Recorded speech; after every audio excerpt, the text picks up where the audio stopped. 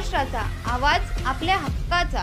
तर मी माझ्या भारतीय जनता पार्टी पक्षाचा आणि त्याचबरोबर महायुतीच्या सर्व नेत्यांचा मनापासून आभार व्यक्त करतो की मला तिसऱ्यांदा या मतदारसंघामध्ये पुन्हा लढण्याची संधी दिली आणि खरं तर लोकांचा जो विश्वास आहे आणि गेली 12 वर्ष केलेलं काम आहे त्याची खऱ्या अर्थाने ही पोचपावती आहे। या मतदारसंघामध्ये काम करत असताना आपल्याला कल्पना आहे की 5 जिल्ह्यांचा हा मतदारसंघ, प्रत्येक जिल्ह्यामध्ये वेगवेगळ्या डेमोग्राफीमुळे वेगवेगळे प्रश्न हे निश्चितपणे उभे राहत असतात आणि त्यांना सगळ्यांना शासनाच्या माध्यमाने त्याचं सॉल्युशन निघालं पाहिजे याचा एक प्रामाणिक प्रयत्न मी माझ्या माध्यमाने केलेला आहे। आपण जो प्रश्न विचारलात की बेरोजगारीच्या संदर्भातली भूमिका ही शासनाकडे सातत्याने मांडली गेलेली आहे आणि त्याच्यामुळे महारोजगार मेळावा हे शासनाच्या माध्यमाने जे घेतले जातात त्याच्यामधनं बऱ्याचशा मुलांना रोजगार उपलब्ध व्हावा आणि त्याचबरोबर गव्हर्नमेंट डिपार्टमेंटमध्ये जास्तीत जास्त भरती आता शासनाने करावी आणि कॉन्ट्रॅक्च्युअल भरती आता थांबवावी अशी ही मागणी मी शासनाकडे करीत आहे। सर, नोकऱ्या नाही आहेत, मात्र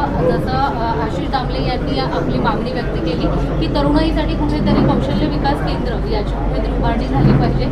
बदलापुरात तशा प्रकारच्या संधी उपलब्ध आहेत, काय या संदर्भात?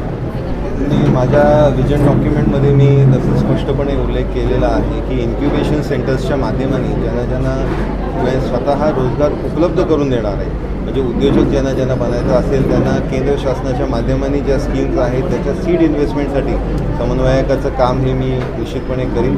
त्याचबरोबर आपल्याला कल्पना आहे की कोकणामध्ये अनेक आपलं आंबा आहे, फणस आहे, याचे प्रोसेसिंग युनिट्सच्यापासून फ्लोरा आणि आपल्याकडे जे फ्लोरिकल्चर आहे याच्या माध्यमाने अनेक उद्योग आपल्याला उपलब्ध करून देता येतील। त्याच्यामुळे निश्चितपणे या इकडे त्या विद्यार्थ्यांना, त्या मुलांना, त्या उद्योजकांना सीड इन्व्हेस्टमेंटपासून त्यांना गायडन्सपर्यंत सगळ्या उपलब्ध करून देण्याचा मानस किंवा संकल्प मी हाती घेतलेला आहे। त्याचबरोबर ज्या मुलांमध्ये कौशल्य आहे त्या मुलांना स्वतःचं कौशल्य विकसित करण्यासाठी या इकडे एक कौशल्य विकासाची स्वतःची एक बिल्डिंग असेल असंही आपल्याला आश्वासित करतो।